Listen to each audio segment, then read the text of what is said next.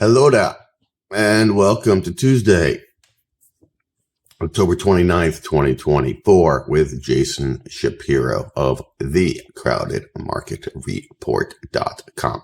So, look, before we even get into looking at exactly what happened today and all that, I know that people who watch my videos, every day I don't have a new thing as to what's moving these markets. And I guess that's not as exciting as if I did, if I could come up with a new reason every day for why this market moved or that market moved, but that's just not reality. And reality, at least in my eyes, continues to be that the main driver of what's going on here is the liquidity situation, right? And the best place to figure out what's going on with the liquidity situation is the markets themselves, which is pretty much the best place to figure out what's going on with any situation. But, the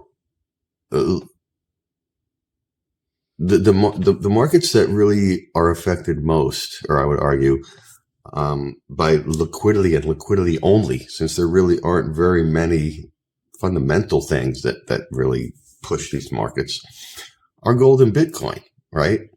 And gold is on new all-time highs. And Bitcoin is basically on new all-time highs, right? We can argue the stock market is driven by other things as well, although I would say it's also a big driver by liquidity, basically on new all-time highs. People are like, well, the valuations are so high and yada, yada, yada, but as long as their liquidity assets go up. And the one asset we could argue that's driven the other way by such things, in particular is the long bond, right? Where if in fact there's a ton of liquidity out there and more liquidity is being created via US rate cuts, via China, pumping money and all this, that would mean that bonds should go down. And that is what they are doing. Now look, bonds turned around and went up today. But again, the main driver behind that was midday. We had a bond auction that was way oversubscribed. So again, bond auction way oversubscribed means that there is plenty of liquidity out there. So I will continue to say this, as boring as it is, there is plenty of liquidity out there. And therefore, the chances that asset prices are going to go higher are pretty high, right? And that's what I continue to watch for, As for the rest of it today, look, stocks went up for the most part. Certainly the Dow and the S&P did. Even the Russell came back quite a bit once bonds came back, of course. The Russell came back, right? We saw the bonds go down quite a bit in the morning. We had this good auction, came back and went up. Okay. Again, good auction. Is there a lack of liquidity in the world if the U.S. bond market auctions are being very well participated in? Gold, new highs again. Silver very close. The other metals following right behind, right? And